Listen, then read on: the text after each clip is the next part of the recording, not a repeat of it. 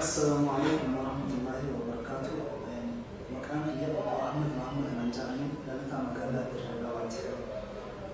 أكو مريتو كسيادة بركو لما في كرة المكيس يونيفرسيتي رفاعي ورنتهون مكينا جيتو قدا جرام وجدي أكسسو بيجيادة أكسو بيجاسي وجدي خلق أكركرا تجونس concentrated solar power technology micro power station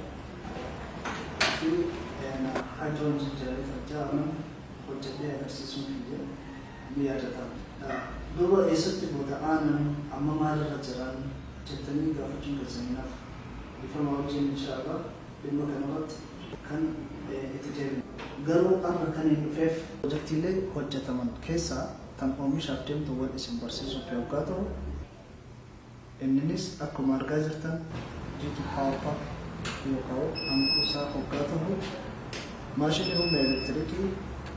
بولتي كلنا مفدتشو كوفاتي غرب يبقى ما في الدم تيجي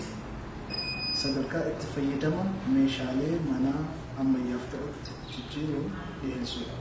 ماشي نكون ركو حواس بالله هنگ أرى تجاهلهم إلكتريكي هن أرغتيني في كنن ركو هنكنا هم إلكتريكي إسام دتو فورمات وراءه كنن دتو ماشين كوني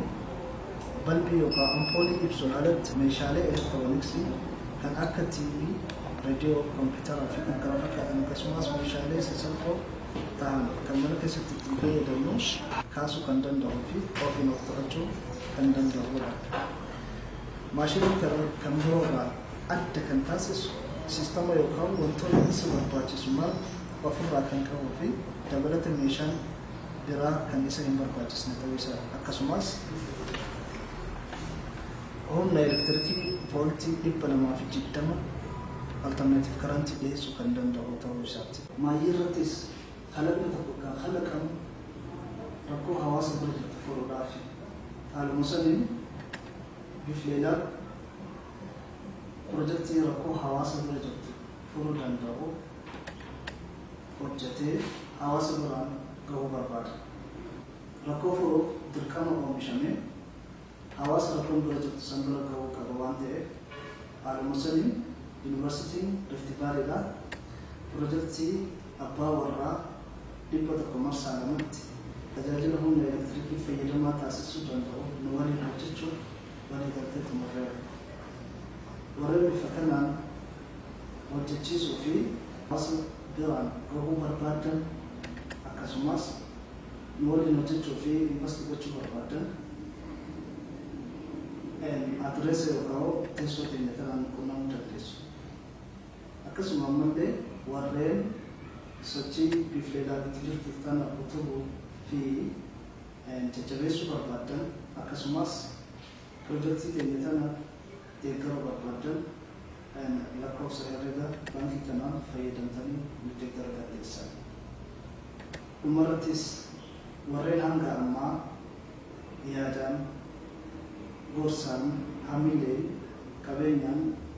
nu waliin turtan hedduu galatoommaa jechuun barbaadan keessaa immoo warreen jalqabbiirraa hanga ammaatti naa wajjin jirtan akka jaamiyaatti yuunivarsiitii rift vaaliidhaa hedduu galatoommaa jechuun barbaadan akkasuma ammallee abbaa taayitaa saayinsii fi teekinooloojii oromiyaadhaa galatoommaa jechuun barbaada. Akkasuma namoota dhuunfaadhaa Ustaad Yahyaa Bal, Sheekh Ziyaad fi Ustaad Ahmadiin Jabal galatoommaa jechuun barbaada. Warreen biraa kan hojii xiyyeetan argatanii bakkuma jirtanitti milkaa'inaa fi gaariinaaf hawwatan